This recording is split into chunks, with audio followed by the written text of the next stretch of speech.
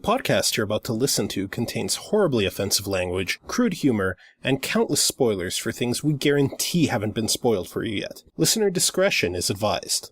If you're listening to this in a public place without headphones, you should probably use headphones. This podcast isn't safe for work, or home, or school, or your headphones.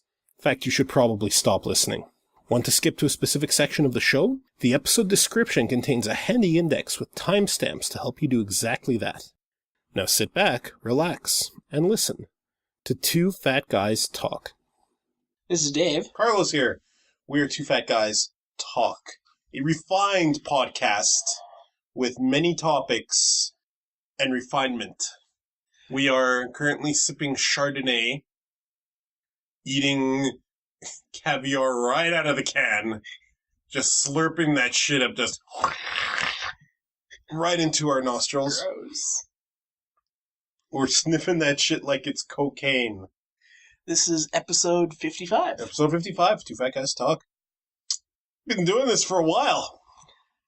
A lot longer than I ever thought we would do. Indeed. And I thought you would get bored after episode 3. When do I ever get bored of anything?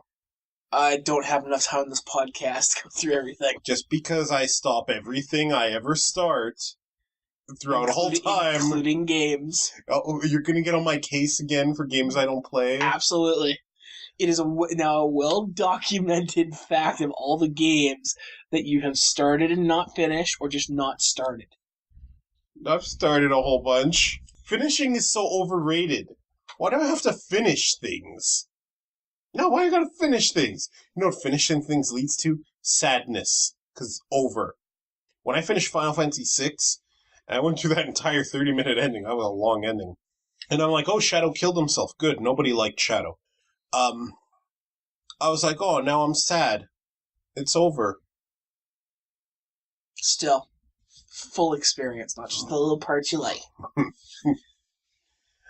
Speaking of full experience, we are at part 2 of our little thought experiment for the Last Airbender theatrical trilogy. If we had full, if we had full control over it, how we do it. And you should probably listen to the last episode, episode 54, which you can get on our site, twofatguystalk.com. New URL. Dun, dun, dun. Dun, dun, dun. So I went first last time. So go ahead. Yes, I get to Christopher Nolan this shit up. All right. So basically, someone's gonna get dropped in a pit in Iraq, and no explanation for how they made it across the world in 5 minutes, when there was like a ticking time bomb waiting to be defused or some shit.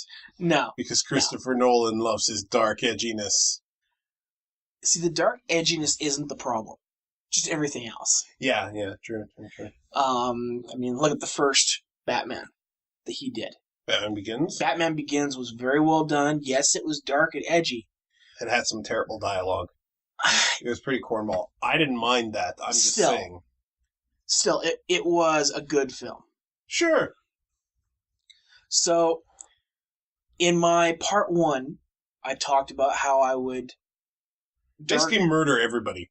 I didn't murder anybody. You're right. Yet. You're right. You just cut off some limbs, took some friends. No, I didn't. You left Zuko with his arm just dangling by a string of flesh. No, I didn't. Look! I have a photographic memory. Yeah, right. You killed Zuko by crushing his face with the crusher. I would have Zuko outright kill that flame, the commander. Oh my god! Well, he just let him be taken by the water spirit last time. I'd actually have him. Oh, you mean Zhao? I thought you meant the old retired firebender guy. I thought you were gonna be like, haha, you're right, I was pretty dark. And then Zuko murders an innocent man. I thought murders his uncle? Why? No, not that guy. Not Iroh. The other retired guy. They met in season 1. Not the one who is part of the White Lotus. Yeah, that guy. No, I'd have, but you would have Zuko kill Zhao. I would make it a lot less arbitrary. those two had a thing going on, he would kill him. Now, keep in mind, the whole reason Zuko offered his hand to Zhao because he was a member of the Fire Nation. That's I right. want to say Flame Nation, but yeah, no. That was partly why, if I could just tangent for a moment, Absolutely. and then I'll let you get back to what you're doing. When Zuko basically led Katara to the leader of the Raiders and basically gave him to her as kind of penance for his own crimes, I never liked that. I thought he should have stepped in when she was going to kill him and say, like he suffered enough. I can't let you take I can't let you take a Fire Nation life. I never liked that he was willing to basically give one of his citizens to Katara. That I never liked. On the other hand, I also don't think that he believed that she was going to kill him. You're saying Zuko knew, but keep in mind, Zuko just saw Katara bloodbend the fool with no remorse. For all he knows, she's crazy. I still believe he is correct. I do believe that he knew that Katara wasn't going to kill him. Okay, fair enough. Perhaps they could have been a little bit clearer on that in there, that maybe as an offshoot at the end there where Aang is kind of trying to figure out what happened. If Zuko had said something along that lines, that may have made it a little bit clearer, but I don't believe he would have let her kill him. I'm not a big fan of things just explaining themselves away, like, oh, look how smart we were being. We're going to tell you how smart we were being. So maybe I just need to have a little more faith in the character and rewatch that.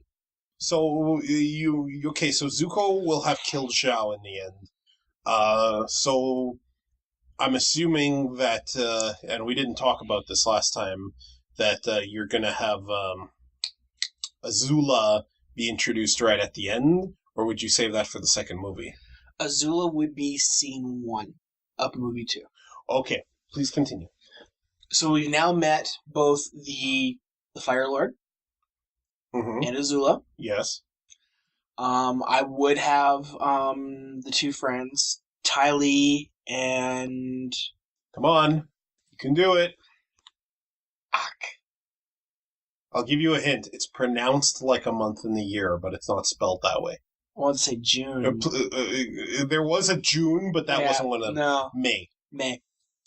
And May, they would both be there, and I would keep those two characters very much like the TV show, because I don't need to increase their role. I thought they were just fine. Okay. In the TV show, they don't need to be darker or lighter. Just the way they were great. Sure, fun. I'm okay with both of them, especially if you put both of them in swimsuits like last time. That's cool too. I like my swimsuits. Azula would be... She doesn't need to be darker. Yeah, Azula does not need to be darker because she was crazy enough for the entire party. Oh yeah, she was definitely. But here's the thing: the crazy came later.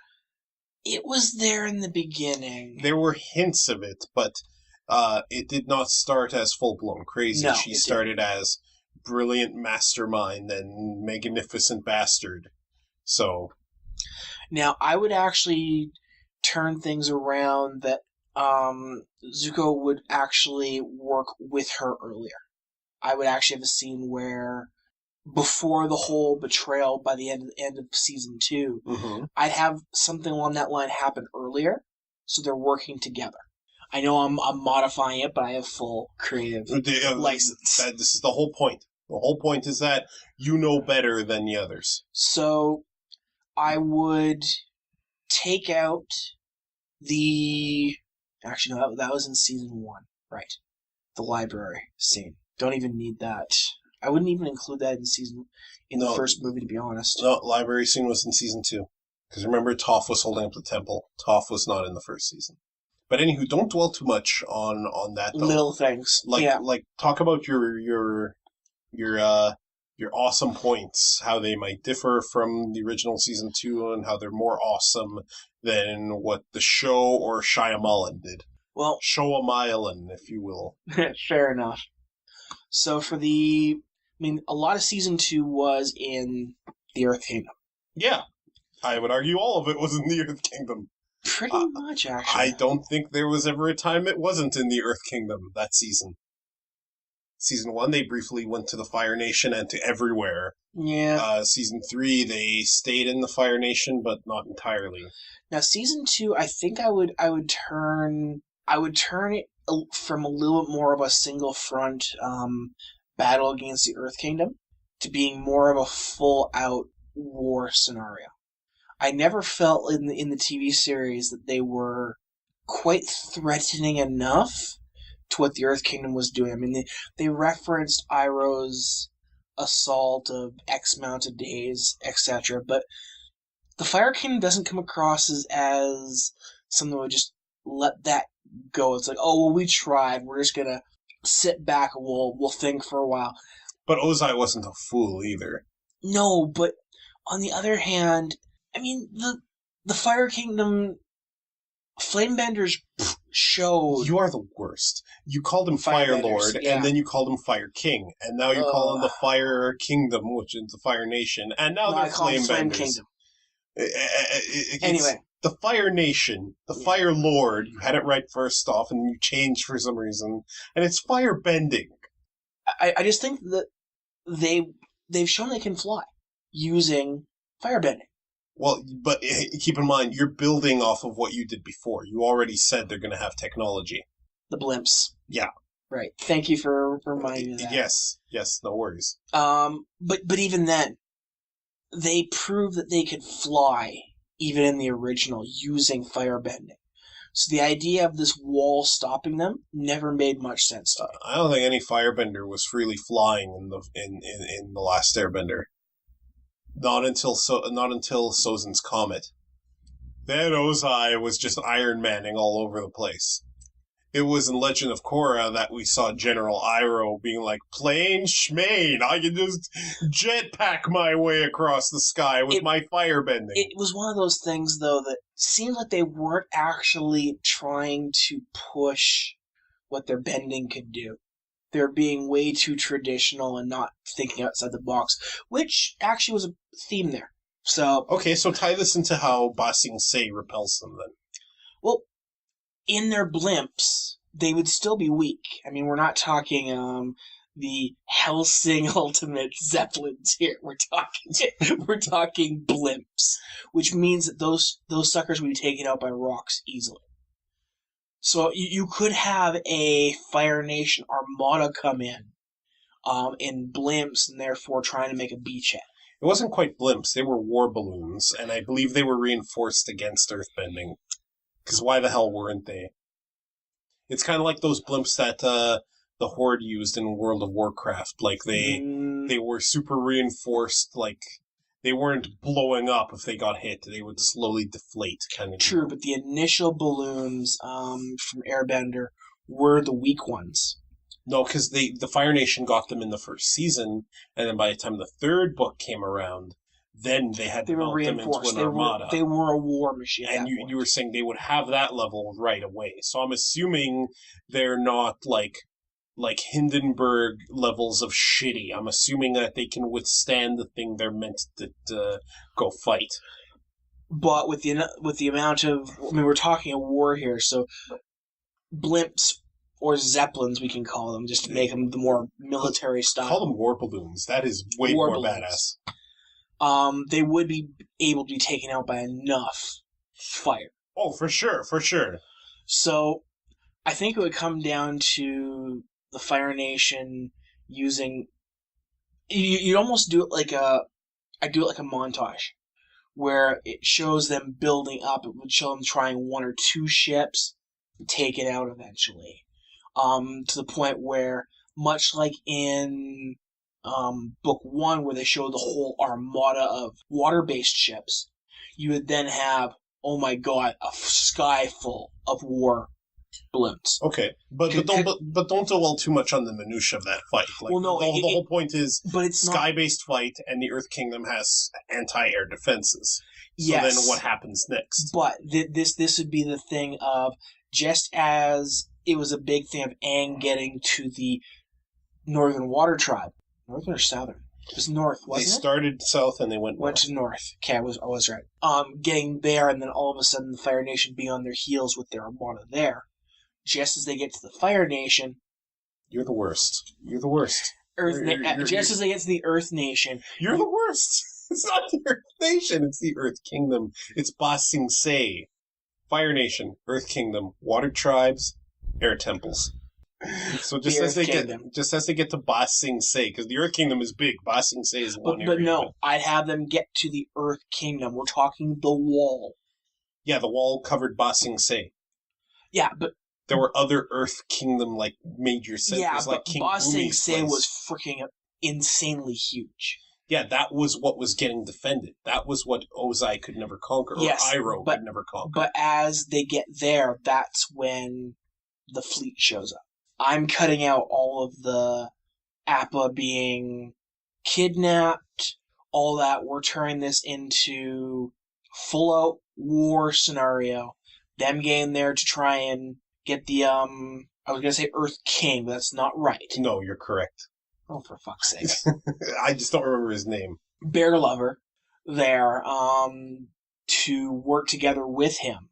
Maybe the Earth Kingdom, in my version, would actually not have much hope for the Avatar. And I would still have the betrayal of his security force. The Dai Li. The Dai Li. What about that guy who was voiced by Clancy Brown, whose name I used to remember, but I don't remember anymore? He was the... Freedom Fighter? No, not the Freedom Fighter. He was the head of the Dai Li. He was voiced by Clancy Brown.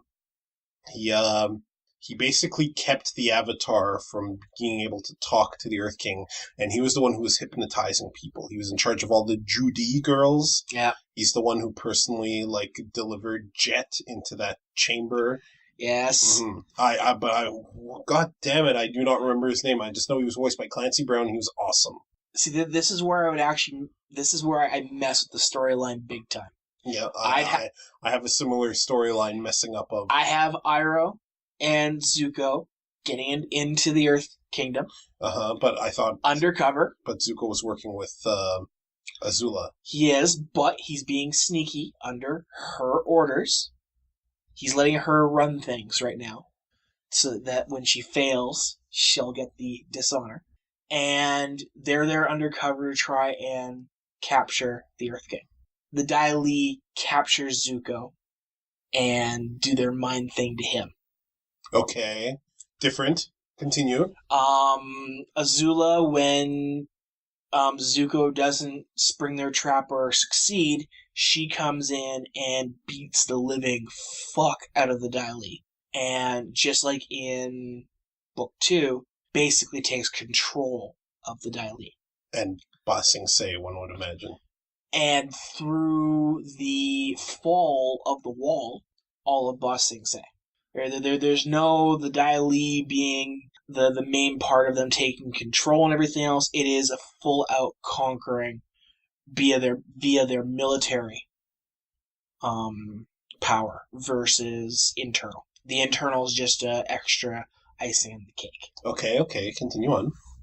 And I would have the basically Aang, Katara, and the group get stuck inside the capital. I would actually have it ending on a cliffhanger with... Oh, don't end movies on cliffhangers. That's never good. Yeah, I know you go for the whole... It's okay to end it on things still need to be resolved, but never just on a cliffhanger, an abrupt cliffhanger in a movie. Well, even in the show, even though, yeah, things were bad, it still wrapped things up for season 2. I actually imagine the second movie ending. You know how they had that one scene of all the tanks coming in to Ba Sing Se, and there was that one of the shots they did was a circular court. Mm-hmm. They were all coming in. I'd actually have the whole group right there, but instead of tanks coming in, you'd have Zuko and the rest of their group surrounding them, and that's where I would end number 2. But Zuko's being brainwashed by Zuko that guy. Has been brainwashed, but that doesn't mean that it has to be a jet level. Okay, well, I'll be interested to know how you end that in the next one. And I'll talk about how I change things up as well. I like changing things up. And there are a few ideas you had that I also have, and I'll make them clear when I get to my Carlos Alexander Presents Book 2 of Last Airbender idea. I definitely like him teaming up with Azula early. I definitely like that he's still conflicted, and perhaps even though he had this rivalry with his sister, her familiarity does kind of make him go through that turmoil he went to at the end of the season in the show proper, where Azula was basically like, you're a lot of things, but you're Fire Nation, and you'll always be Fire Nation, and that's what makes him do what he does. I definitely like, and spoiler alert, I also had skipping right to Ba Sing Se, because there's a lot of Earth Kingdom stuff that happens before that we don't really need to have happen. Yes, including a lot of the stuff that happens in Ba Sing Se. One notable exception to your plan is that you don't mention Toph at all. I would leave a lot of the stuff to do with Toph alone, to be honest. Okay, fair enough. It's actually so it'll be similar. Mick Foley will be playing a guy, and Toph will join them, and Mick Foley will also be there. Yeah, I got you, Mick Foley. Everyone likes Mick Foley. Toph is not a character that you have to mess with. Really, I like her backstory. I like how she joins the group. I even like the tension between her and Katara and how they came to terms with each other. I'd leave a lot of that alone. Okay, no, that sounds like a good idea. I should have mentioned Toph. No, it's okay.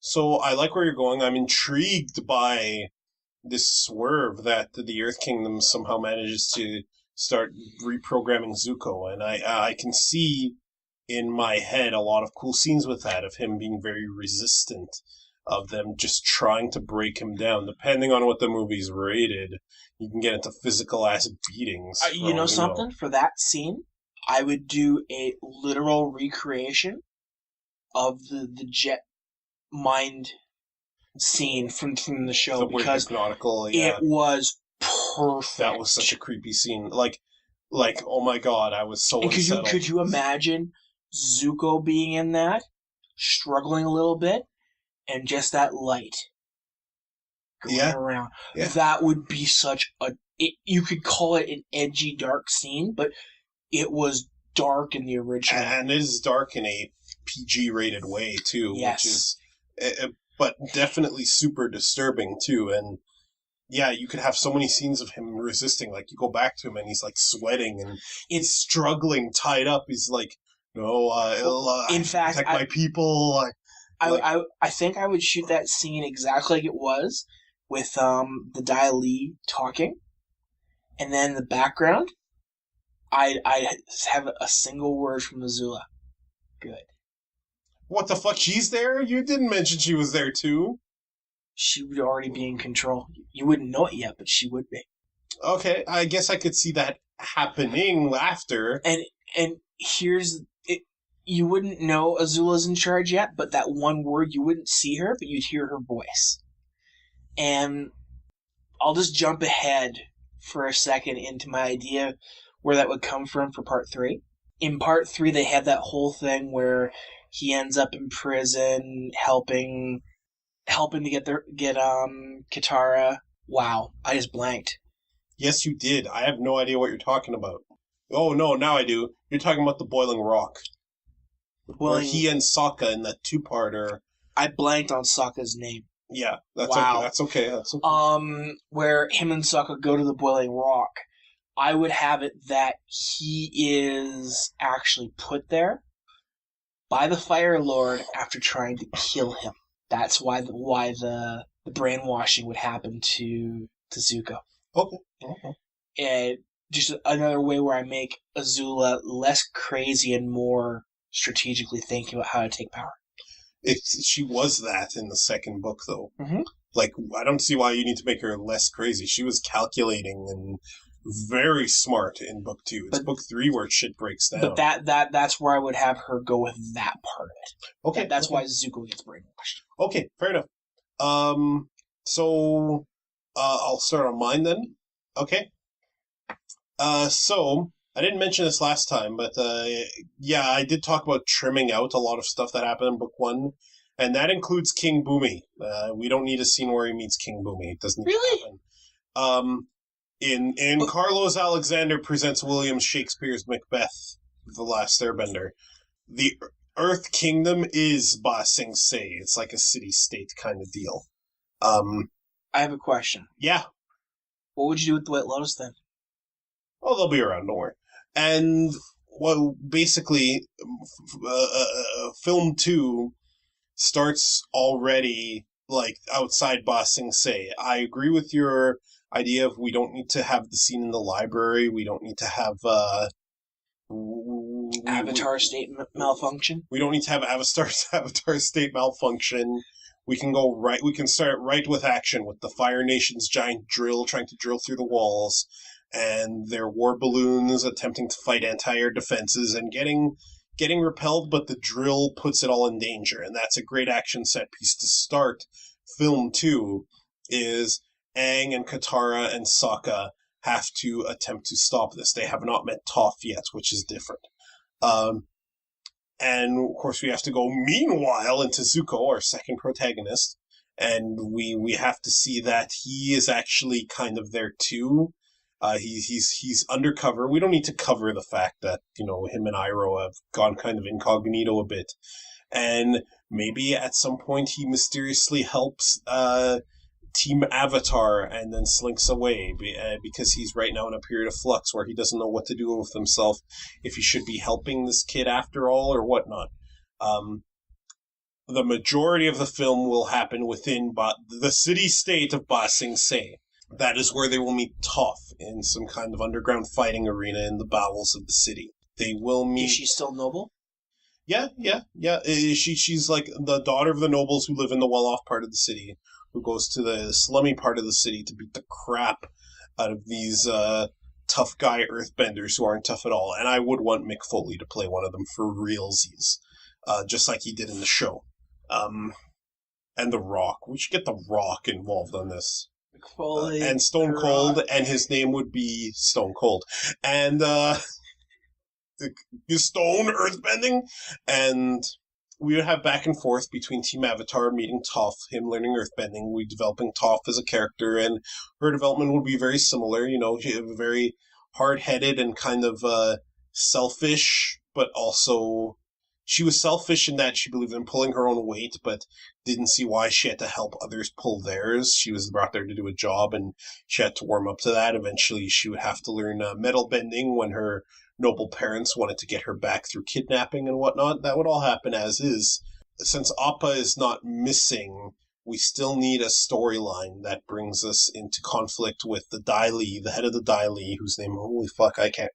Clancy Brown. With Clancy Brown and with what is happening in Ba Sing Se. I wouldn't call for Jet to be suddenly introduced because in my book one, he would not have been introduced in the first place. I would have it so that a lot of what happens with the uprooting of this and realizing that there's evil afoot is Aang basically seeing that the citizens are a little too happy, the Judies basically keeping everyone pacified, and Zuko and Iroh discover that themselves because Zuko has it in his head that if they can take Ba Sing Se, that will redeem himself in the eyes of his father. And Iroh, of course, has his goal to make to make this tea shop in Ba Sing Se as well. And they start to notice this very dark underbelly to the city as well. Where I would differ greatly, not as great as your change where Zuko gets captured. Mine is a little more, I guess, by the numbers and by the book, while still being different, is that I know, I'm sorry. I'm so sorry. Where I would differ from yours a bit is that, there would be conflicts with the Avatar. There would be Zuko and Aang would meet a little earlier than they did in that season, and they would realize the other has been making plays in the city, and there'd be another moment like where they would almost kind of reach an understanding, like in the Blue Spirit episode of the first.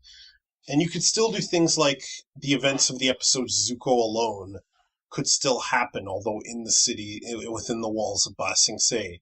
You can have an encounter where Azula almost kills Iroh, and Zuko attempts to to revive him himself, but maybe he accepts Katara's help this time. And when Katara heals Iroh selflessly, he kind of very stubbornly wants to say thank you and then, like, bolt with him, because he still doesn't know if they can be considered allies or whatnot. I was originally planning to have Iroh get offed and killed by that, but I'm like, no, too dark, we don't need to do that. And Iroh's awesome, so why would I do that? Iroh is kind of an important figure. He's too important to do that, too. Yeah. He's also needed for the whole conflict of whether he should take over the Fire Nation or not. Yeah, that wouldn't happen in mine, because where the film would differ, partly to keep it within the confines of a film and with the third book in mind, because it has to fit into one movie. None of this two-parting the last one, like so many books are wont to do these days. Yeah. In the final conflict of the season, Zuko would, at first, he would be fighting on the Fire Nation's side after Azula gets to him. But then after Aang is almost killed by Azula, that's when he would realize that this kid tried to be his friend, and that's when he would realize, look at what my people are becoming. We're becoming monsters. And that's when he and Iroh change sides. That's when what will happen in the movies is what every fan wanted to happen in the show at the time, and that's for Zuko to join them right at the end of season 2. And that's what would happen. And the ending would be a little bit like Empire Strikes Back, in that that arc has resolved, and they're sailing away from Ba Sing Se on a ship with Aang unconscious, and he's kind of in a state of flux.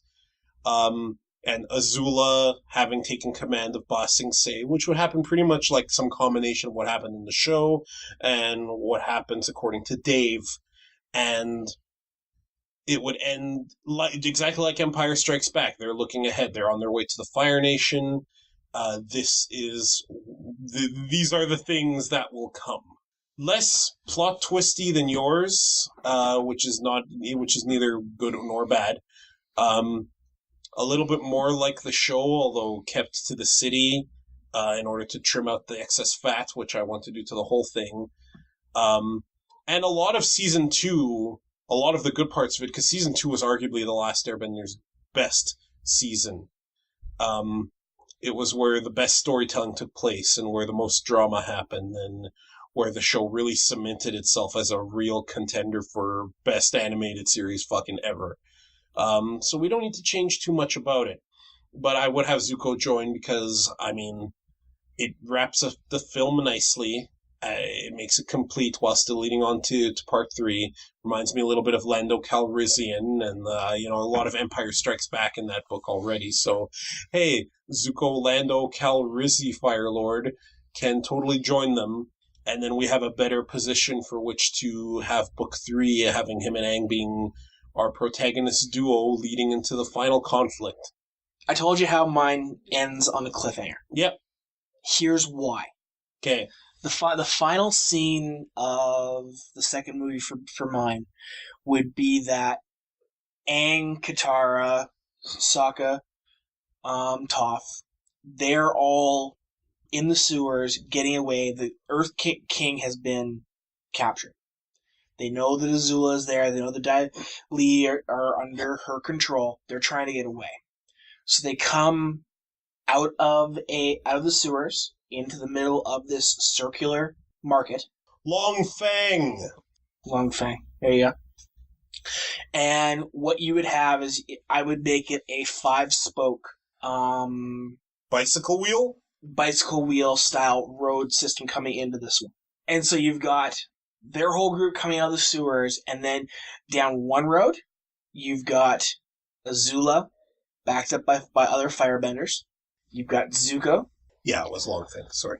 You've got Ty Lee, and then you've got May. So you've got, and then you have the Dai Li. So you've got all 5 roads coming in, all covered by the enemy. Mm-hmm. Zuko is brainwashed at this point. May, I've already had some romance stuff. I would keep the May romance with Zuko. Okay. And I probably would as well. I didn't mention Ty Lee and May, but I and Ty Lee would be her. I'm on Azula's side at this point.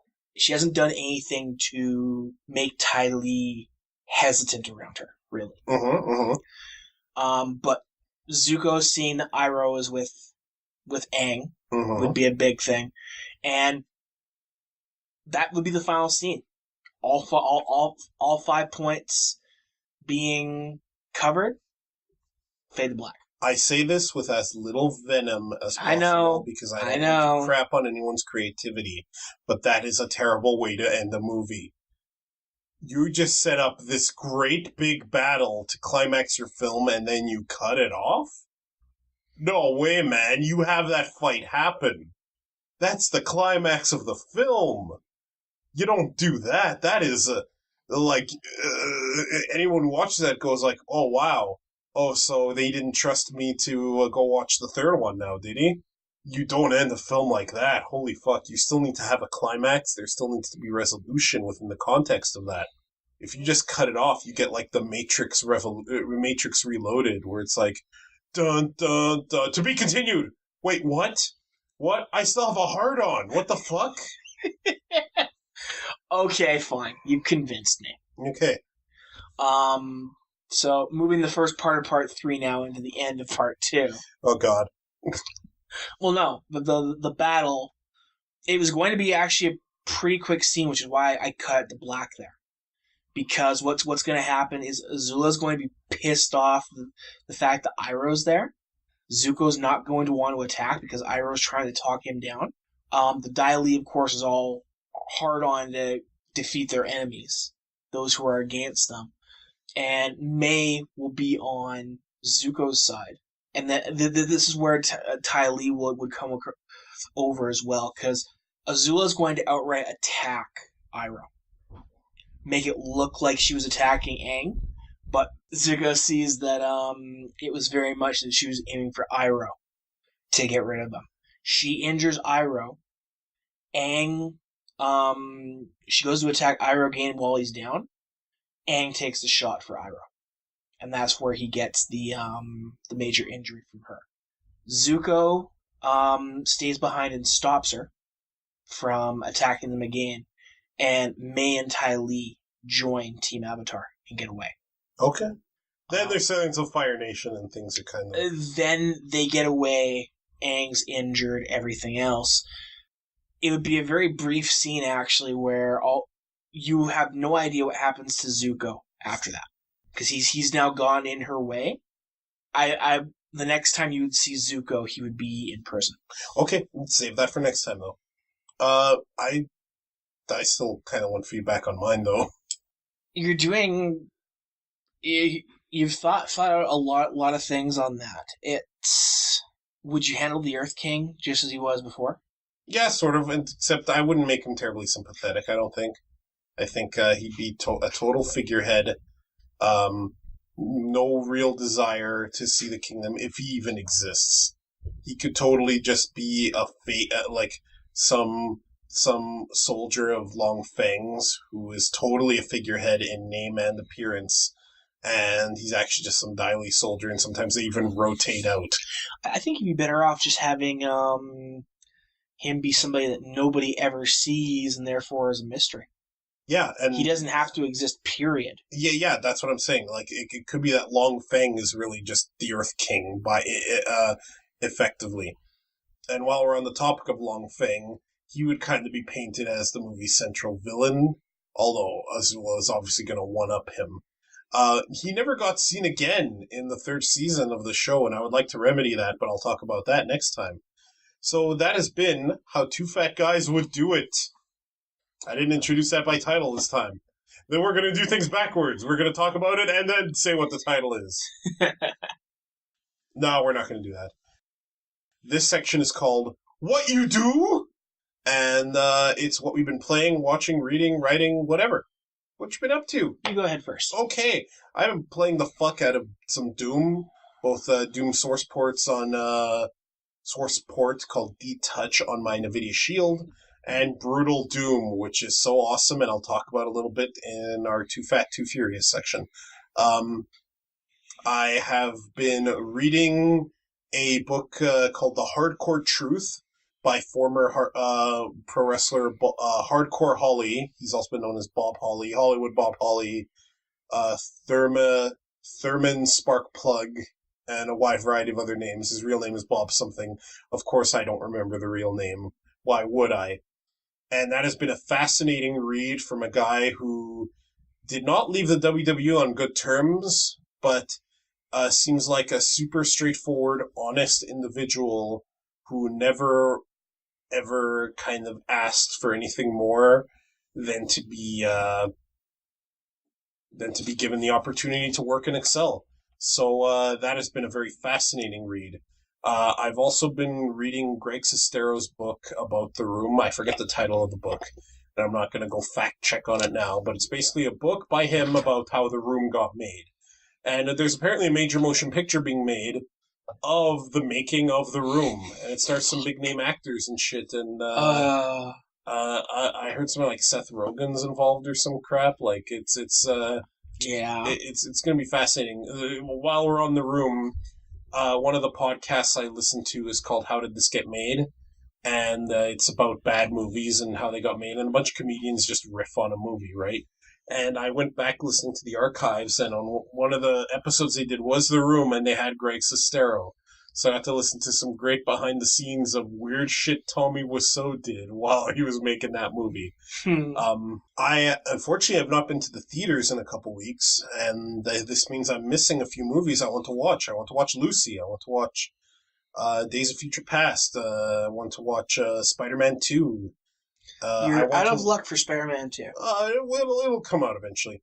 I want to watch Snowpiercer, because I heard good things about Snowpiercer. So I think that one's already out of theaters. I'll find a way to watch it. So I would like to remedy some of those by the next time we do a segment of What You Do! Dave, what you do? So corny. I've been reading the Aragon series by Christopher Paolini. Again. Playing, I've been doing Diablo 3 on PS4. A great version of the game I played with you last week. Been playing The Last of Us on PS4. Guild Wars 2. I played through The Darkness 2 on PC. I was up for a shooter with impaling being a major part of things. Always loved the different kills you could do with the Darkness creature. You really got to play Brutal Doom then. And just some more Ragnarok Odyssey. It's not too much new. Also been watching a lot of Castle. Yes, Castle. It was not my cup of tea, but I would never shit on the show. It just wasn't for me. Yeah, I've been rewatching seasons 1 through 5 already, so. Cool. Nathan Fillion's a great guy, man. Should have been Hal Jordan. He's what makes the show. Well, Nathan Fillion makes a lot of things, like, holy cow. Yeah, he was the best Green Lantern. In fact, if they went back and rebooted Green Lantern, they should just get Nathan Fillion. Nathan Fillion to be the voice, say? No. If they went back and redid the Green Lantern movie, Nathan Fillion should be Hal Jordan. Nathan Fillion's getting up on the years, though. Doesn't matter. Then again, so was Robert Downey Jr. when he played Tony Stark. So, yeah. I mean, whatever. Yeah, good stuff. Our next section is Too Fat, Too Furious. Brought to you by Things That Piss Us Off. Actually, this is just our general topics section. 4 topics we want to discuss. Point number 1, Brutal Doom is awesome. It is an awesome mod to Doom that changes enemy behavior, weapon behavior, adds fatalities, adds mouse aiming so you can take headshots for extra damage, adds lots of fun, new, refreshing mechanics into Doom. And apparently, John Romero once said something to the effect of, Brutal Doom kind of matches up his vision for what Doom should be, and that if they had made that originally, they would never have been able to release the game.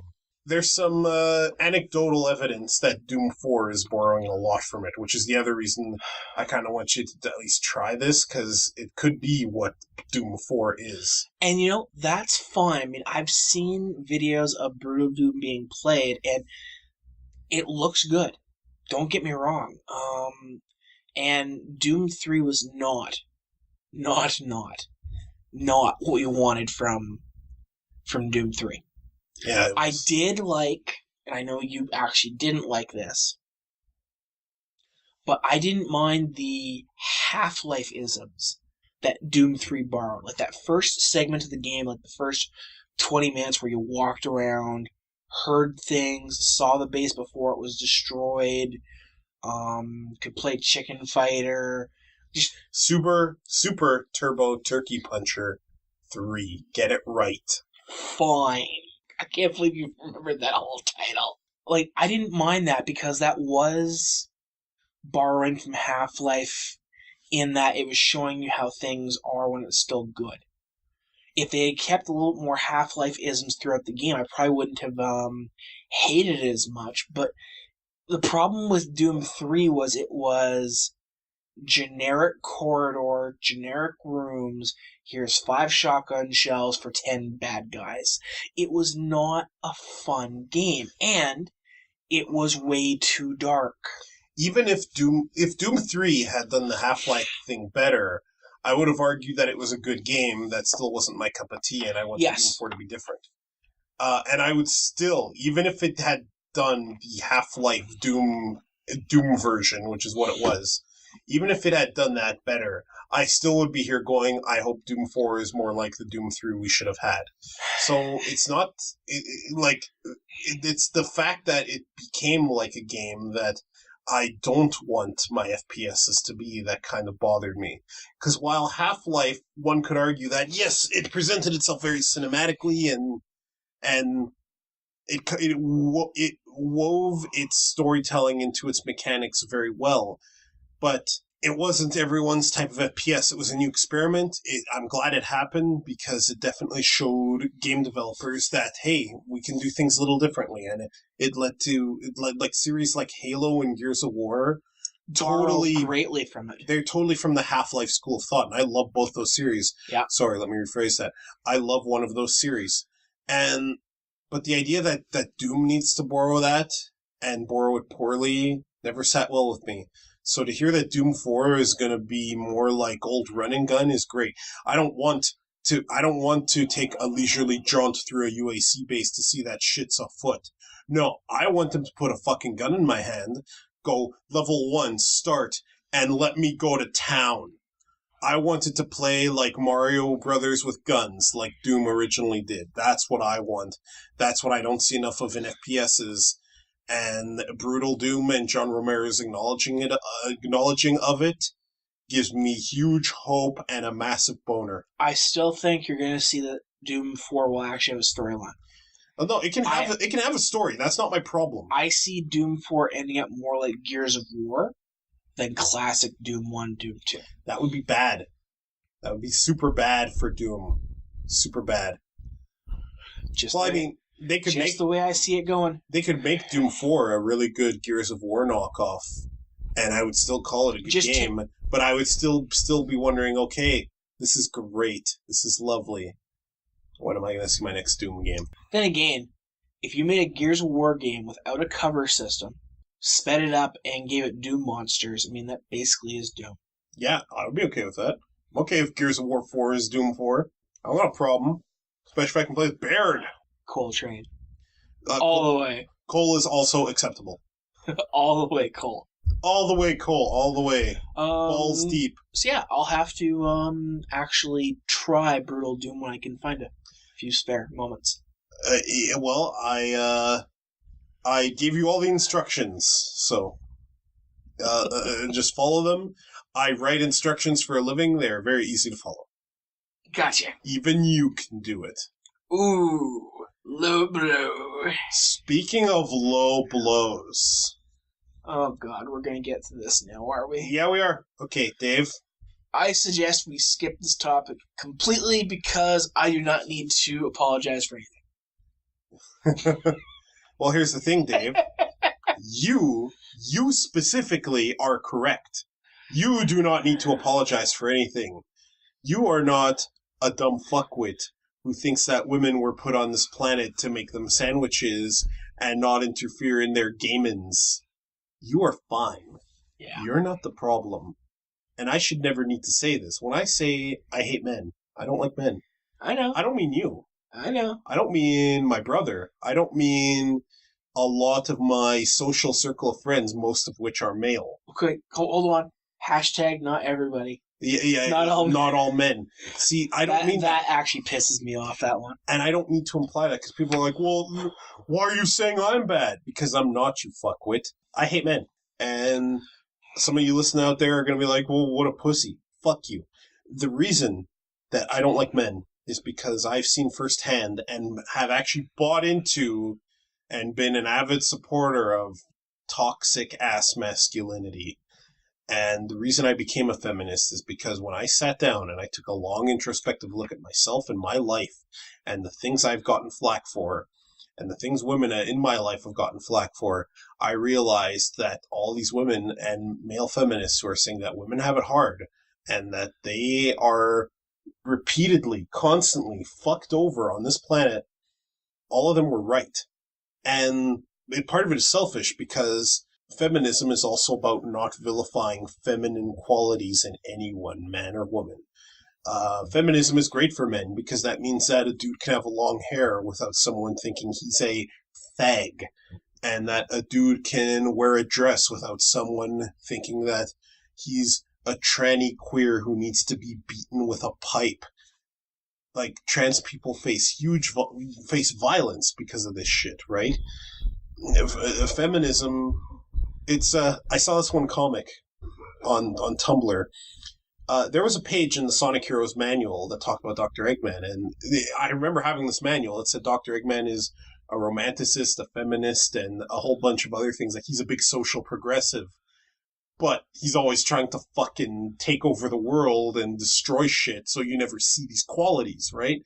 And the comic, the first panel is Eggman saying, I'm Dr. Eggman, I'm gonna blow up the moon! And then some female reporter asks him, Dr. Eggman, what do you think of women's rights? And then he's being all serious saying, the patriarchy hurts all of us. It affects us all negatively. We need feminism to break down the barriers we put around ourselves. The last panel is a bunch of people clapping thoughtfully. And that's the thing. That's why I've become this.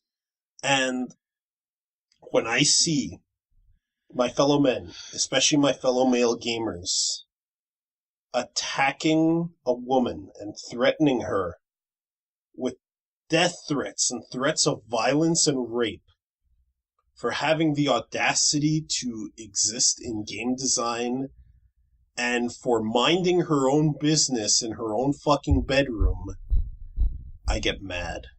Zoe Quinn specifically on that one. But I've been talking for a while, so I'm going to let you talk for a while before I really give it both barrels. Oh, boy.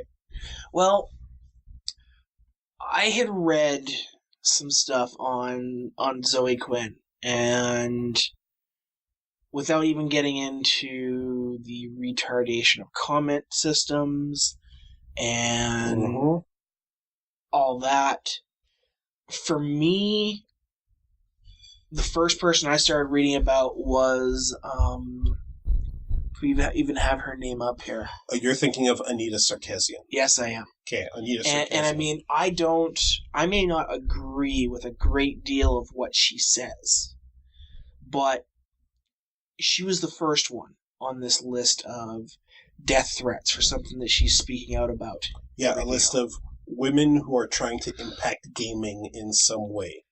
Again, I don't agree with a lot of what she says, but she has the right to say it. Agreed. She did a Kickstarter to try to kickstart doing these films, and feminist frequency. That's all of a sudden, this made her Satan because she was a female who dared to speak about female tropes in gaming.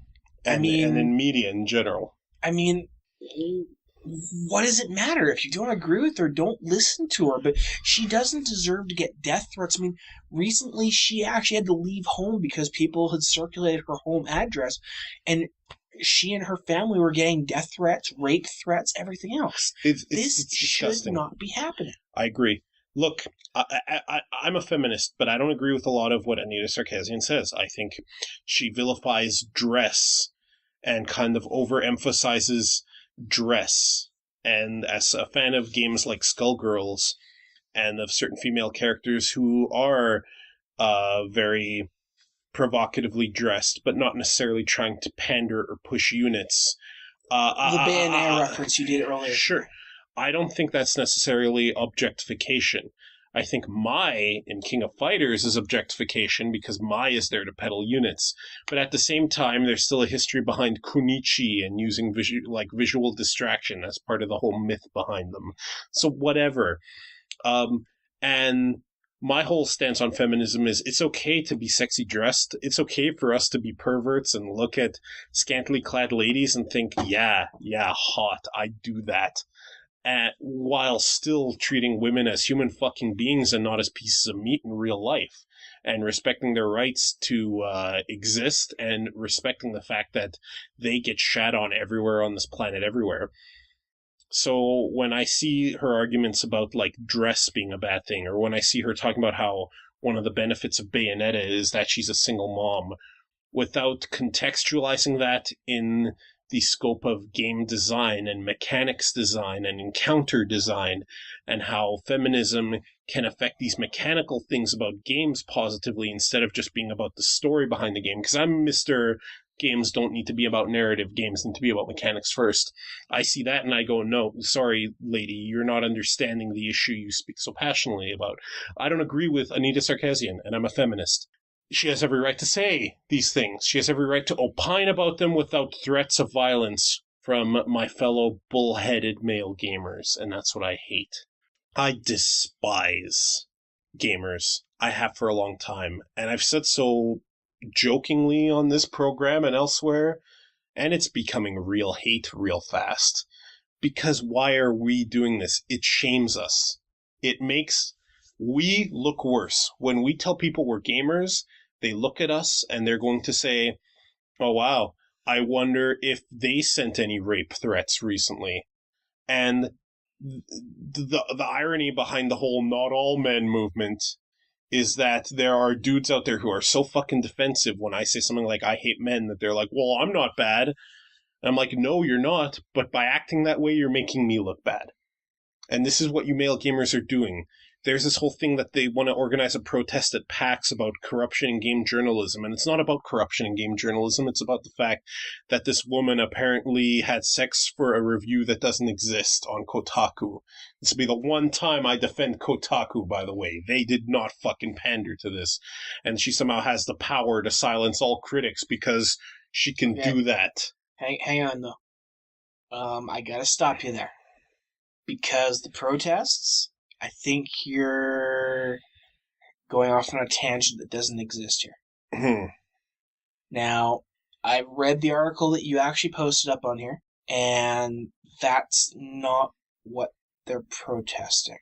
No, they're protesting... They're protesting the actual problems with game journalism and how it's being done as far as the corruption of them being paid for the reviews by the actual developer. Except this all came up during the Zoe Quinn thing. Yeah. It was all started by a group... that was a trigger. It was all started by a group called the Fine Young Capitalists, who have ties with 4chan, who have ties with all these fucking women-hating pockets of the internet, including far too many areas of Reddit. And 4chan in general is a bunch of fucking women-hating nerds. Do you sense the bronyism in all this anger behind them? It's like, we love ponies and we hate women. You know, kind of deal. That's what it feels like to me. That all stemmed after that. And you go to Twitter where people are asking them, hey, don't you think it's odd that you guys say you support women, but you're all behind this 4chan movement behind them? And they're like... They give the most excuse-laden non-answers to these questions. That all came from that. That poster that says, no, it's actually about corruption, it's a bunch of bullshit. A bunch of bullshit. That's not what it's for. It's because women are somewhere where a man doesn't want them to be. That's why it's happening. You want to protest game journalism? How about stop paying money to these sites and to these game developers who funnel money into these sites? That's how you stop corruption in game journalism. You start asking questions like, why is Jeff Gerstmann giving PlayStation All-Stars a shitty review because it has bad-looking menus? You start asking questions like, why is Polygon writing clickbait articles based on world events to try to get views onto their side. You ask questions like, why does Kotaku still exist? That's what you do. You don't fucking attack women. You don't fucking start to mobilize in the name of stopping this when you really just think that all women are bitches and that they should know their place and that why isn't gaming about gaming? I don't want to have to worry about these social issues. I've been talking a lot. I'm sorry. Please talk a bit. Well, it's funny, but as you're going on, all I can think of is you're part of the problem. What? You're going on and on about how these groups aren't actually about X, Y, or Z. They're not. But that's your interpretation. I mean, there's no interpretation. Yes, they have been very clear online about their intentions. They have been clear indirectly through threats. They've been clear directly through tweets and through messages on social media and through videos. They are very clear about what they want. There is no mistaking their message. Are these the people that are actually putting together these protests? Yeah. Or are these people who are showing up trying to turn it into what they want? These are people who are organizing these protests. Because that's not what I'm reading. Okay, then we're reading different things, because this whole protest at PAX was born out of this whole thing. It was born out of people going, Zoe Quinn's controlling the gaming media now, and that's bad. We need to protest how there's a feminist conspiracy in game journalism. That's where it came from. Just because something starts there doesn't mean it doesn't evolve out of it. Yeah, it evolved out of it in one day? No, fuck that. Gamers, especially male gamers, are not mature enough to have this protest. I'm sorry, Carlos. They are not. I do not agree. They are not mature enough to be talking about these issues. They are man-children. They have zero say in the matter. They have zero understanding of the matter. I don't agree. One of them comes up to me and says they're a protester. I look at them and I say, you're a fucking infant. That's what I say to them. Then that's your problem. It's not my problem. It's everyone's problem. PAX is going to be interrupted by a group of misogynistic man-children because of this shit. And women who we need more of in game design, because as we've talked about on this show, 98% of female of protagonists in games are men. They're going to be scared away because now it's like, learn about game design, become a game designer, hide all your shit from online stalkers, never reveal your address. That's what the path to game design is for women now. I'm not going to argue there. Right. But you're saying that this protest should be allowed. What does it accomplish? What I'm saying is, I read the link you gave me. I've read a couple other ones. And it may not have defined to me where this all started. I don't follow Reddit. I don't follow a lot of your stuff on Twitter. I try not to follow Reddit. I only hear about it on Twitter. I don't go near 4chan. Me. And in fact, my starting point with 4chan is after the A-bomb was going off. Sure, look, I don't go near 4chan either. But since they're everywhere and they're always trying to shove their fucking views down everyone's throat, it's kind of hard to avoid. Well, I've done quite well so far. Okay, fair enough. But this protest, I don't think is a bad thing. No, it's a bad thing. I don't think it is. It is born of something highly misogynistic. And it will be a misogynistic protest. It is the worst thing in the world. We'll have to see what comes out of this weekend then. Sure. You'll be hearing this on Wednesday the 3rd, and we're recording it on August 30th, which is the Saturday prior. So we'll have to look into it tonight and during the week. But I mean, this is a protest that it directly spawned from that. It directly came from the same people who were vilifying Zoe Quinn for minding her own business. And that's not cool. I'm not saying it is. It's not cool. So this protest needs to be condemned and squashed. And the court of public opinion needs to bring the hammer down on it. Because nothing good can come of it. People want to protest gaming journalism, start something separate, away from these imbecilic mountains of flesh that are wasting perfectly good oxygen, playing their games, and making me look bad because now women in my life are going to be like, you play games, but aren't gamers these piles of shit that hate women? And I'm like, yeah, sorry, not all men, though. It's the worst. It's the worst. It makes me sick that this is happening. As an aside there, that whole thing ended on not all gamers. Well, that's what I was aiming for. I kind of ad-libbed that, and I'm like, this sounds good. Yeah, just don't even do the additional words after. Just end it right there. Let's go right into the next topic, because that's a perfect ender. Oh, well, I thought you had some... Because I don't want to drown out your voice here.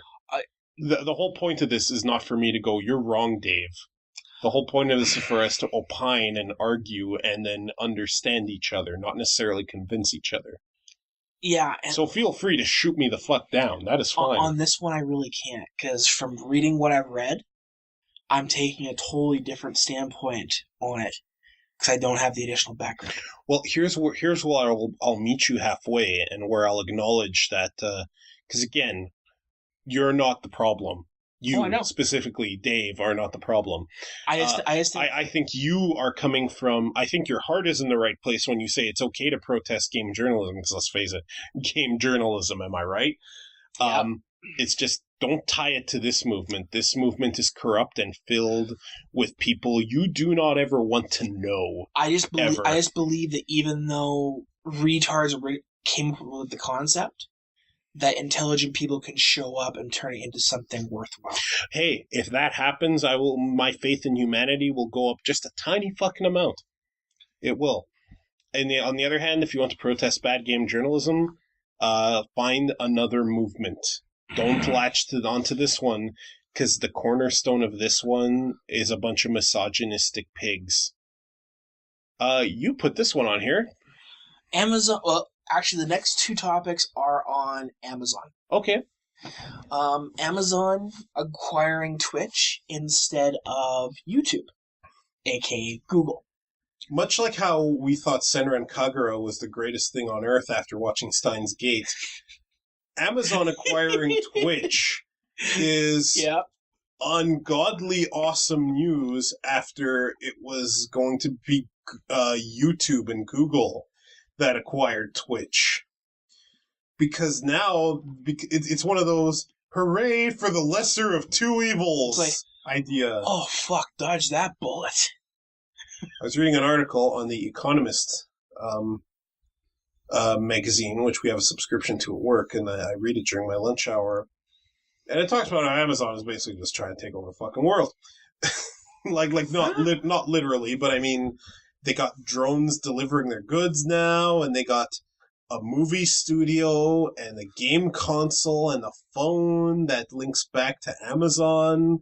Like, you can use the phone to, point the camera at something, it'll identify it, and it'll show you an Amazon link of where to buy it. Like Amazon's taken over, so, yeah, never good that a giant corporation is getting its way, but at the same time, maybe this means that, Twitch won't be subject to YouTube's hilariously bad copyright takedown system. Maybe. That is really the hope. I mean, yes, Twitch is becoming, much like YouTube, Twitch is becoming more and more of a force, and therefore companies are going to start coming down on it with copyright. Yep. This is a fact of the current copyright system. It's a terrible reality. And Amazon is going to have to react. At least, we're guaranteed now that they're not going to be using the same system as Google. Yes. Which I think you and I have problems with every week because of their anti-creation basically system. They're anti-content creator and pro-appeasing corporations. Although recently these corporations have been releasing copyright claims left, right, and center after I keep claiming to them that this is harassment and has to stop. It's funny how that got them to back off. Well, I'll leave it to you because you're doing something right. Look, just for our listeners' information on this. Every time that we post a video, or should I say Carlos posts a video at this point. Anytime we post an anime rave, almost every anime rave. Within minutes, We get the first copyright strike, which we then... We need to clarify there. A copyright strike is when a video is taken down and you get a strike on your account. What we get is a disputed content notice. Okay, sorry. So we get the disputed content notice. Third-party content, sorry.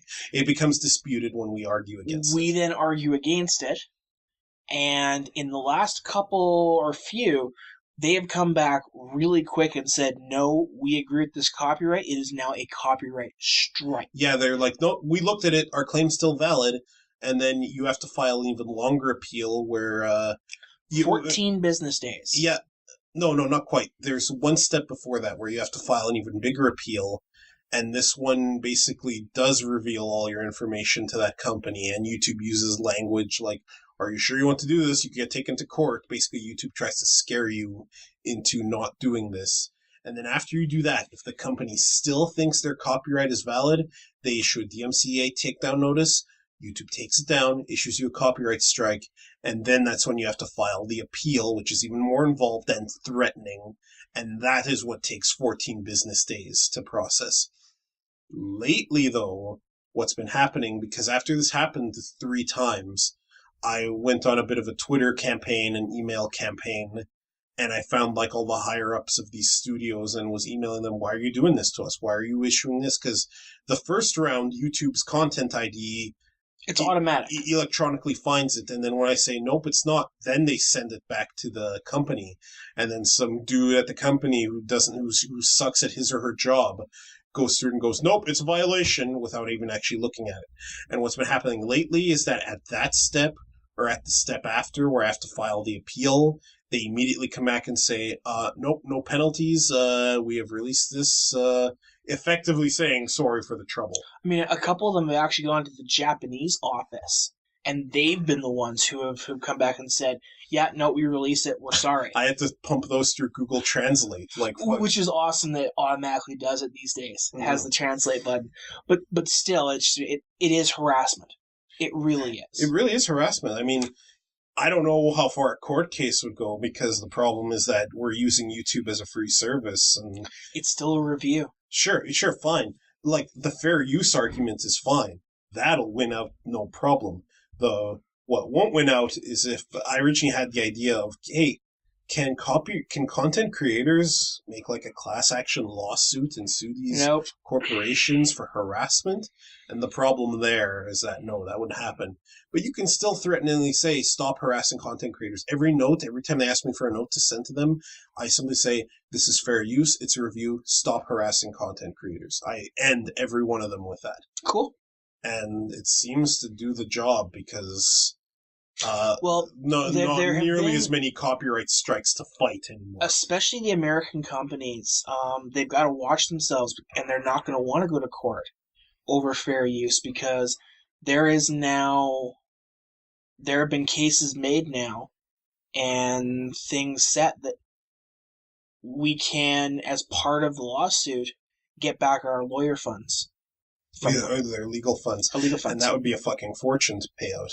Yeah. I mean, look, our channel, Two Fat Guys Talk, or Two Fat Guys Talk Games, the full URL is always going to remain that because of how it was said. Yeah. We do not monetize a single fucking thing on that.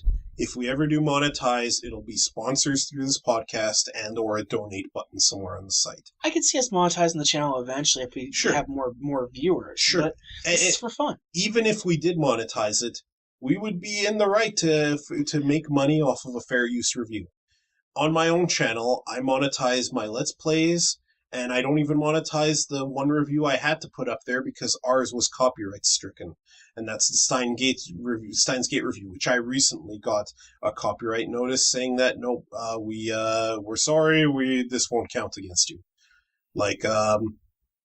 And I don't even monetize that because that belongs to you and me, and I'm not going to make money off something we both did. Anywho, to tie this back to Twitch, there are no more cons right now than there were when YouTube grabbed them, and hopefully that means that Amazon is not going to be nearly as draconian in their copyright enforcement. Here's the thing, is that right when the acquisition for YouTube taking over Twitch was going on, they did put in a music Yes, they did. System. You were watching an old stream and it had copyrighted music, and it's like, to protect our users, we're going to mute this stream because that's copyrighted music. Sorry. So I'm hoping that was more just a side effect of the possible YouTube acquisition, and I hope it's going to disappear. It better disappear, because that was Google. That was totally Google pandering to big corporations like Google does. There's not too much more else to say about Twitch. No, other than that, I hope it means good things. It's another one of those celebrating because it's the lesser evil. Yeah. The lesser evil! The greater good. Well, I stick with lesser evil. Hey, this is for the greater good. Yeah, sure.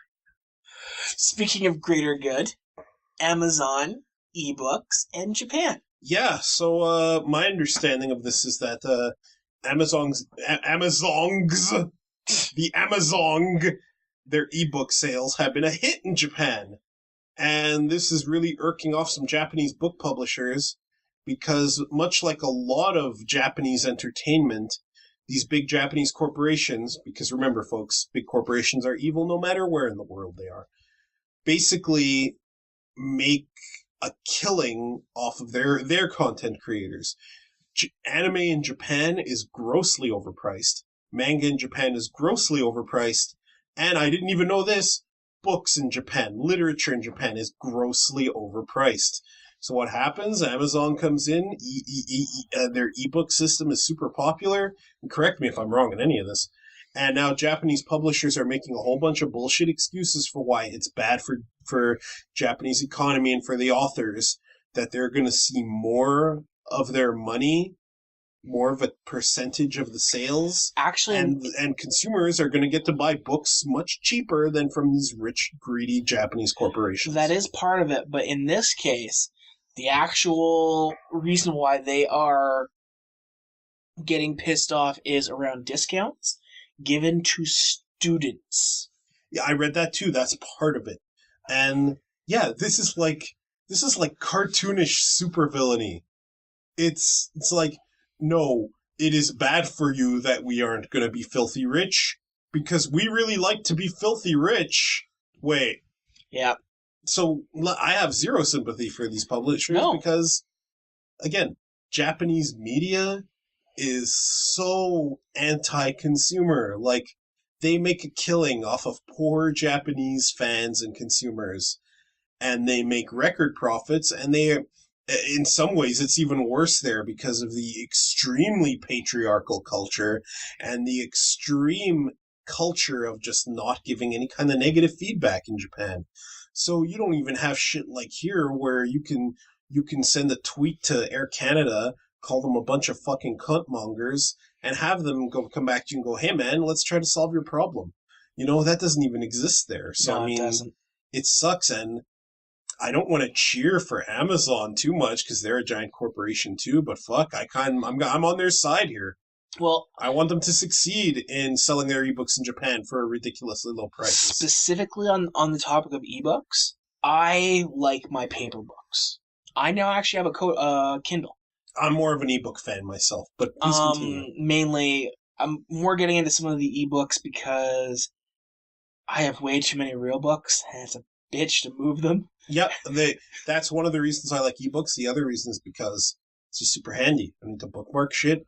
With the Google Book service, I can read up to a certain page on my phone, go to my computer, and pick up right where I left off, and it remembered it. So. Fair enough. But I am not a supporter of our current ebook system because I do not believe for a second that I should be paying $10 for an ebook when it was $10 for the paper book. Why?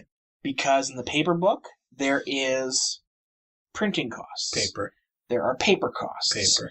There are shipping, delivery. More paper. Actual having to stock something for a while. Therefore, you actually have to have floor space for it. There is a reason why a paper book costs $10. All that goes away. And authors get to see more of that. Authors, if they self-publish, get to see more of an ebook. I've recently read a bunch of things on ebooks. An author from a paper book is lucky to see a quarter. That might, as in 25 cents. yeah, that might be a problem, but that's also a problem with publishers and their relations with Amazon. I'm getting there. Okay. I'm getting there. That's actually got nothing to do with Amazon. Actually, that's just publications in general. The publishers get all the money, and the author, unless you're, J.R.R. or Tolkien or Rowling or one of those big major authors. George R.R. Martin. No. Game of Thrones. Oh, yeah, him too. Wieners, lots of wieners everywhere. Unless you're one of those, you're not making money off your books. Unless you self-publish. Unless you self-publish, and that's where ebooks are really coming into their own, because an author, even some of the big, well-known authors now, are starting to self-publish because they are making 70% of the book. This sounds to me like it's not as much an Amazon problem as it is another problem with 3D publishers. And I didn't mean to put this as in Amazon's a problem. This is just in general. Amazon has recently fought against ebook price fixing that the publishers have done, and even the U.S. government was involved in that one. Ebooks, I believe, shouldn't cost more than $5. I don't see how you can make that determination. An arbitrary number like that? Yeah. Mainly because when a publisher can come out with numbers saying how much it costs them to publish a book, for example, I've got a couple of books over there with a couple of publishers' names, but it's one of the 3 top publishers in North America. They actually gave a rundown of how much it cost them to publish that book. Licensing and everything else is less than $1. Add on the 25 cents that an actual author gets. Printing, publishing, storage, delivery, all that stuff makes up more than $7 of the book. Sure, fine, but here's the thing. Though. So I'm saying $5, because if the paper, publishing, and everything else costs $7, I want the author to get more money, and at $5, both sides should be making more than enough. They're making more profit than they are on a paper book. You're talking about $10, though. Like, okay, yeah, let's put aside the fact that publishers are being evil here. It's $10. It's nothing. I agree. It's everything. Now, one could argue that, okay, maybe I shouldn't be talking because maybe $10 is a lot of money to some people. Okay, deal. But it's still only $10. Okay, but this is so little. I complain when Square Enix charges like $14 for a mobile game, and then they go like, no, our games are better. That's why we charge more, which is laughable because Square Enix games are garbage. Yep. And even then, I'm looking at it like, you're garbage, but I kind of want to play this remake of a classic, and it's only $15. That's nothing. Okay, but where I'm coming from on this is at a $7 publishing cost for a $10 book. Okay, that's $3. That means they're making $2.75 profit. Okay. Mm-hmm. If you now took that ebook, which isn't costing you $10 or the $7 to publish, at $5, if you gave the original author $1 of that, you've now increased the publisher's profit to $4. Now at $5, both sides are still making a good profit. Author is still being fucked, don't get me wrong. But at that, I'll now buy multiple books. Fine, but there are a lot of people who still buy a lot of books at $10 because $10 is still nothing. Look, $10 is 100% more than $5. It's still just $10. That's the thing. And maybe the issue is that we need to have authors seeing a greater percentage of that than they do, but it's still just $10. That's what gets me here. It's like $10 whole dollars. Mm-hmm. Those fascists. Hey, for an electronic book, with me knowing what I do about the costs involved, I am more willing to say, fuck you. I also believe the fact that I own the paper book means I should have access to the electronic book. Sure, except that opens up a whole bunch of problems with people just passing around the paper book going, yeah, I own the paper book. I'd be willing to actually register it. Sure, fine. And so would everybody else you lend that book to.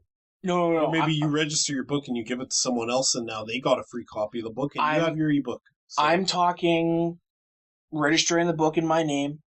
Yes, they can't control the paper book.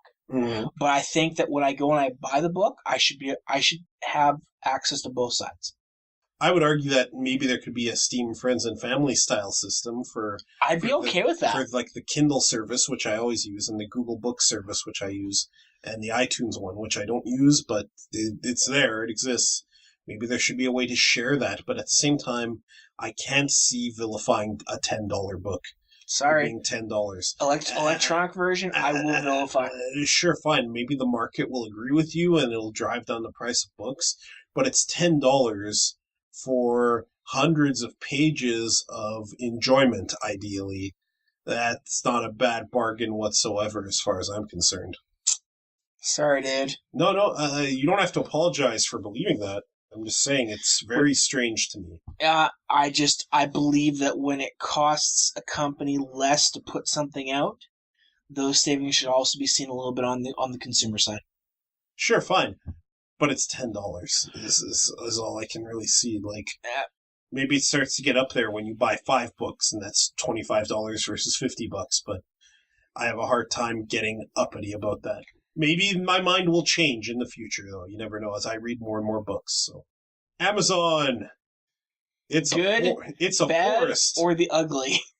Amazon is a forest. Speaking of forests, what's your problem with Twitter, Dave? Oh my God, Twitter. So the other day I saw that you were smacking down Nintendo for their new 3DS, and then some other guys like, fucking Nintendo sucks. And then you go, and then that guy's like, that other guy who you were getting an argument with was like, it's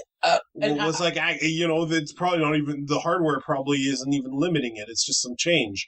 And you misunderstood that, and you're like, oh, he's defending Nintendo, so I'm going to put an analog button. No. And he misunderstood that as you defending Nintendo, and now it's a big fucking mess where you both hate each other, and I'm there like, you fucking cocks. No, actually, I read his post, and he had in there that it's an arbitrary limitation. There's nothing new, and I just posted a new analog button.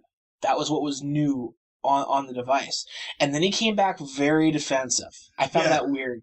Yeah, the point is, even if you had misunderstood him, I guess you didn't. Even if you had. Yeah, he's the one. This other guy is clearly fucking off his rocker. I thought it was like, weird. What the fuck? Like, look, the internet lacks tone. People need to understand that. It's sometimes hard to ascertain intent. If you're confused, ask. Yeah. Yes. See, I wasn't even going to continue there. I'm like, okay, he just misunderstood me. There's no point in continuing this conversation. Moving on. Sure. But I guess the reason I put Twitter on here, Twitter is really a place where people post, much like Facebook, everything fucking negative in the world. Oh, it's social soapboxing. And I am the worst. Have you seen what I put on Facebook and Twitter? You don't really post. You retweet. I retweet a lot of shit. You retweet to the point that they've actually added people that you've retweeted more than 4 times. It's automatic. You retweet somebody. You can go to your options and you can turn off the whole show me tweets I might be interested in thing. I have. Yes. However, Twitter also has the really annoying habit of adding people to your Twitter. Well, yeah, that can't be helped. They can't make you follow someone, but they can put them on your feed. Which is so stupid. Which is so annoying. I've had a couple people that have all of a sudden, 50 posts would suddenly pop up from them, like, wait, Carlos is not retweeting these. Oh, God. Mute. That's all you can do, is mute them. Or block them. Twitter would accidentally put them as me following them, and then I can unfollow them. That'd be great, but I can't do that. And there are people on there that are tweeting Every 5 minutes. I retweet For something. Fuck's sakes, get a life. Fuck, why do people do that? Every 5 minutes someone retweets something? What kind of sick fuck does that? Carlos. Yeah, social media to me has basically become a platform for me to push politics on people. And I've told people straight out, look, if what I do bothers you, just unfollow me. I won't even take it personally. On Facebook, on Twitter, whatever. I am confident enough in my ability to stroke my own dick that I don't need to look at a follower count to do that. I check my Twitter once a day these days, and I'm really thinking about just leaving it completely because it is a negative sack of shit. You have to follow only the people you want to follow.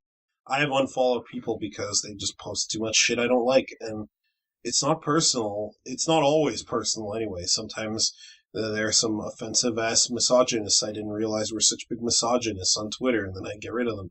And other times there are people who I do like, but I just don't really care to see them on my feed, so I unfollow them. And I won't blame anybody for not being on a social network. You don't have to be on it. There's a Two Fat Guys fucking Twitter channel, and I'll maintain that just fine. Yep. I'll let you know if anything interesting goes there. Fair. Well, you always retweet stuff anyway. But, I mean, I love jumping on there sometimes just to sort of piss a person off. Like my comment the other day of English dubs forever. Yeah, and that's fine. That's fine. Because I think Cayenne and Kicks were in on that, and they know that that's just for fun, right? Exactly. Here's the thing: they have thick enough skin and a sense of humor, so they're okay with that. It's like it's kind of tough though when you fucking post something on Twitter and some nobody from out of nowhere is like, "Well, that's because of the Jews." And I'm like, "Oh, seen a couple of those. Sorry, Hitler. I didn't realize that I stepped on your toes." Yeah. Tweeted, "Oh wait, I didn't say anything to you. Wait, you're a racist piece of shit. Why don't you fuck off?" Exactly. But there are times when I'm like, you know what? I need to cut myself off from social media for a while and just not look at it, because otherwise I get too down, because the news is depressing, and then everyone's talking about it, and nothing's getting done, and I'm part of that problem too. Speaking of problems. New 3DS. Yeah.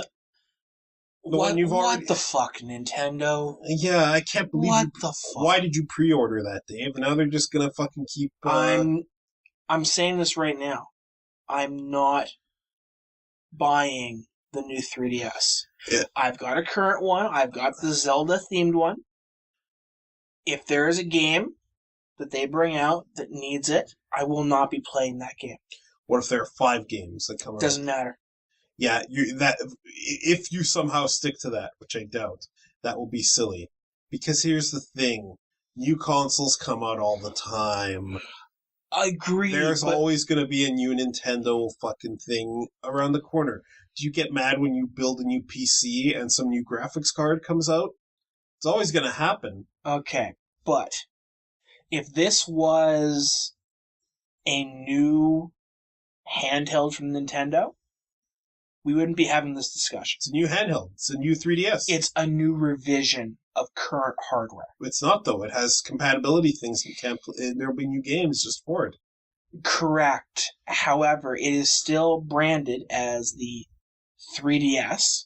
They've added new hardware, which they should have just stuck with that circle pad thing. So that's basically what this does. It's a little bit more powerful processor. Instead of that IBM ThinkPad-esque analog nub. That thing is so stupid. That is a stupid thing. It's a little nipple, and as much as I like nipples, I'm not a fan of that thing. So not only is this going to cause Nintendo problems from a naming standpoint, you thought they would have learned from the Wii U, which they didn't. No, they named stupid things like New 3DS, Wii U. They are going to have problems when, little Jimmy wants to play the new Xeno game. The one they're releasing that was on the Wii system. Xenoblade? Xenoblade. They're releasing it for the new 3DS. Hey, yo, Jimmy! Jimmy, you playing that new Xenoblade? I can't, man. Got that old 3DS. I don't have the nipple. Jimmy! You gotta get the nipple, Jimmy!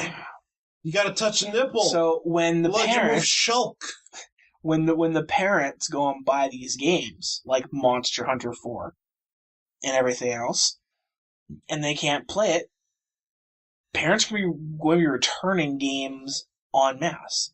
It's going to be up to the seller to push whether they've got which system, and as we know, parents don't know shit usually about what their kids actually have. Does your son have a new 3DS?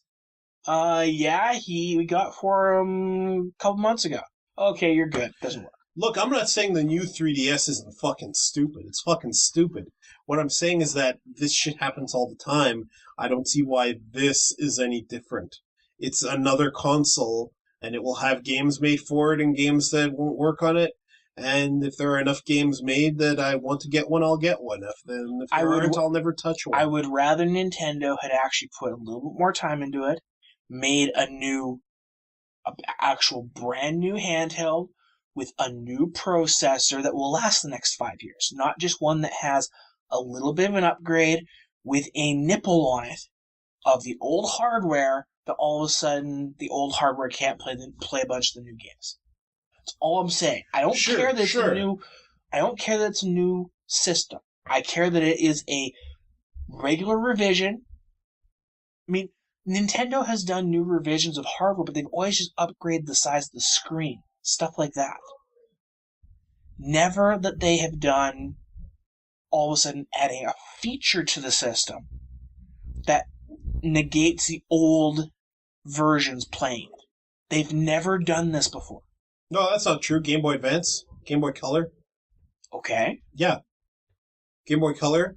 A bunch of color games that don't work fully, if at all, on old Game Boys. Okay, but even then, Game Boy Color was a new... I consider that a new... Why do you consider that a new system and not the new 3DS? It's a different name, new 3DS. It has extra features, like the Game Boy Color. What about the Game Boy Advance? It has more buttons. But the Game Boy Advance was a completely new hardware revision. Played Game Boy games. It had backwards compatibility. Sure, fine. So does the new 3DS. Yeah, the Game Boy Color is the same way. There are Game Boy Color branded games that won't work on an original Game Boy in black and white. But, again, this is the next version. Yeah, next version. Game Boy Color, new 3DS. This has been done before. No, it hasn't. Yes, it has. The Game Boy Color. I just told you something that did it. If you hear things in the background, folks, just because there are some other people in the house, we'll continue. No, it's the same thing, man. It's the same thing. It's just like the Game Boy Color. It's exactly like the Game Boy Color. Or the Wii U. No. You almost have me sold on the Game Boy Color. Not the Wii U.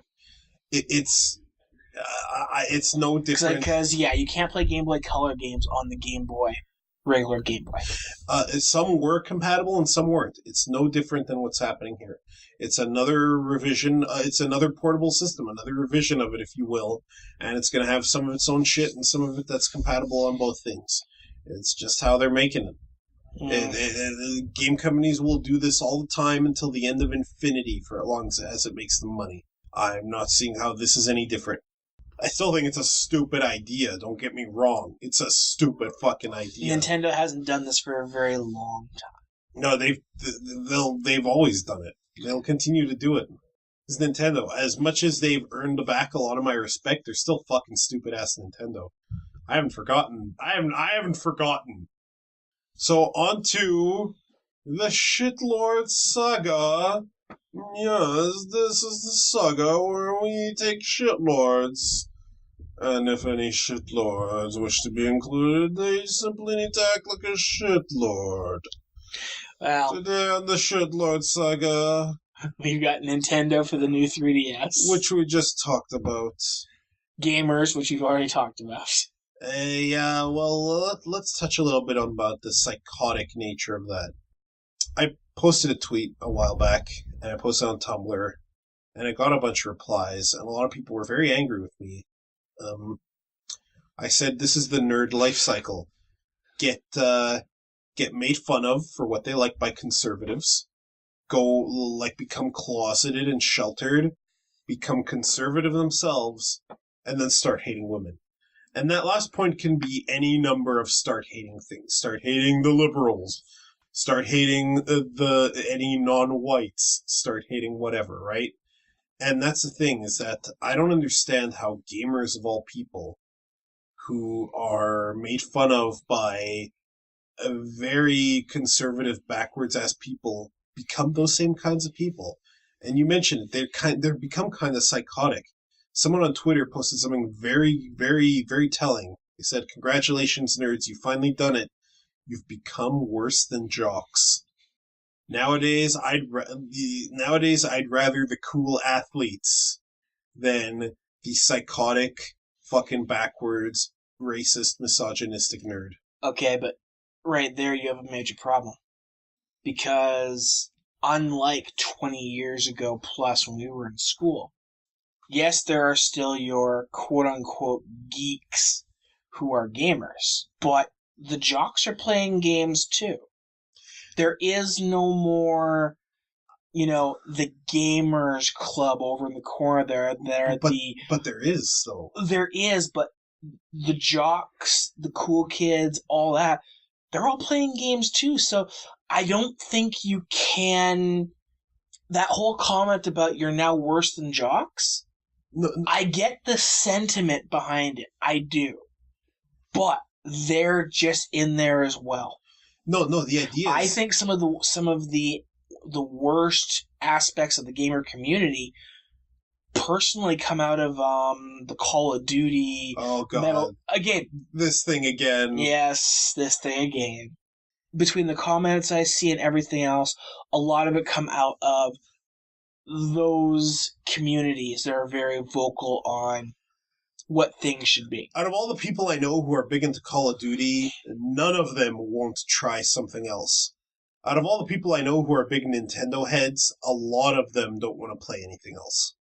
Sure. And here's the thing. No, the problem isn't that... The reason that statement's valid is because gamers were kind of shuffled off into this corner, and now that gaming is mainstream, the more socially well-adjusted ones have come out of the corner, and the hateful bigots have stayed there and stewed and wondered why the world is taking away their hobby. When the real problem is that they were hateful little fucking people to begin with. And that's why they're so psychotic, because they were always that way. They were mocked for something that they didn't deserve to get mocked for, and instead of reflecting upon that and trying to think of how they could make the world a better place, they instead became hateful and bitter, and now they want to do the exact same thing to other people. It is an endless-ass cycle, and that's why gamers seem so fucking psychotic. I'm not too surprised that gamers, and especially dudes, are the type of people who threaten people with violence. I've been threatened with violence for throwing people in a fighting game. Not by the Edmonton community now, but back when I used to go to arcades. I have been threatened by people on online forums because I tear apart their arguments. One time on Shoryuken, some guy was like, look at all the Halo games. They're all the same. Mario games vary it up. And I'm like, actually, asshole, all the mainstream Mario games, all the mainline ones, are all 2D platformers. So your argument is invalid and stupid. And they're like, yeah, well, at least there are other games like Mario Party. And I'm like, yeah, there was Halo Wars. And there's other Halo spin-offs coming. So, yeah, you're dumb. And then he sent me a private message saying about how he would eviscerate me with a knife. And I fear this guy about as much as I fear diarrhea. So I posted his private message publicly in the forum and replied to it there. And I said, hey, check out what this guy sent me. And people laughed, and then he got banned. Then a mod got mad with me for doing that because I should have just reported it. Yeah, he got banned. And if PFH Lake is out there one day, bring it, motherfucker. I will fucking, destroy you. And maybe I'm a hypocrite for doing that just now, but the thing is, yeah, gamers, and maybe some of them can fight, and they really can back up their fucking words. And if they do that and they beat someone down, congratulations, you're just as bad as Uwe Ball. Congratulations. Here's the thing. the worst thing about the internet and gaming culture as a whole, they can hide behind being anonymous. Yeah, they can hide behind anonymity. They can do that. I was going to go with that word, but I wasn't going to get it out right. It's okay. It's okay. Don't worry about it. But yeah, no, because we can hide behind being anonymous, unlike this show where we basically said our names. We don't care. Well, I mean, there is a chance that some stupid backwards waste of oxygen is going to listen to what we said and go, look at them, they're the problem with gaming culture, and try to like hack our site. That might happen. Yeah. And it's stupid that it's happening. Sorry, I interrupted you.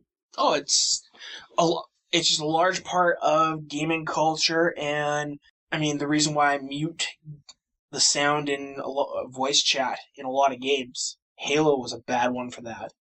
Was because they can be anonymous, that they have no problem shouting out swears and insults and everything else. Yeah, I have no problem socializing with people. I can talk to anybody. Yeah. That's not the problem.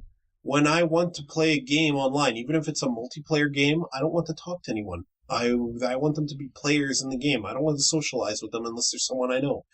That's why I'm a big advocate for solo content in MMOs. Because I don't want to have to talk to anyone, but I do want to play in that environment. And if I do want to talk to them, I don't mind the choice being there. Sure. But by God, I better be able to mute people because people are assholes. And they're gamers. And then, unfortunately, these recent events have proven that there's a pretty good chance that they're guilty until proven innocent. Since male gamers have done this, and a lot of gamers are male that I'm going to encounter in the games I like to play, why should I believe that any gamer I haven't met yet isn't a piece of shit? And I don't. They're a piece of shit until proven otherwise. And I guess we've talked about this topic, but in our LOL journalism section, there's been the lack of attention of gaming media over what's been going on here, but I'm starting to realize that's a good thing, because it's a non-story, and these stupid, sacks of cum shouldn't be getting the attention that they so desperately want. So I'm willing to get to our parting thoughts, Jerry Springer style. Here to tell us why his eloquent parting thoughts are so eloquent is Dave. Fuck you. Okay, good work. Actually, I haven't watched Jerry Springer in a very long time, so I don't even remember how Jerry Springer went, to be honest. Yeah, after people would throw chairs and say, he's your baby, at the end of the last commercial, Jerry Springer would talk about, the issue of the day and why... you should be a better human being. And all of them were generally no shit Sherlock type of things, but they weren't bad. So I'll start us off. My parting thoughts for today are, if your love for your hobby is so fucking fragile that a woman's presence threatens it, just throw yourself off a cliff, please. Please? Thank you. Parting thoughts? Parting thought would be that maybe for things to get better in the online environment, it is time to remove our anonymity. Close enough. And step out of the darkness into the light and actually be the people that represent the people who we are, not the people who you necessarily want to act like. I only laughed at that because it reminded me of Batman, but well said. All right. Folks, what do you think? If you want to talk to us about this, or look at or listen to any of our other podcast episodes, or see our other show, the Carlos and Dave Anime Rave, visit twofatguystalk.com. Send us a comment. We want to hear from you. Until next time, I'm Carlos. This is Dave. Later.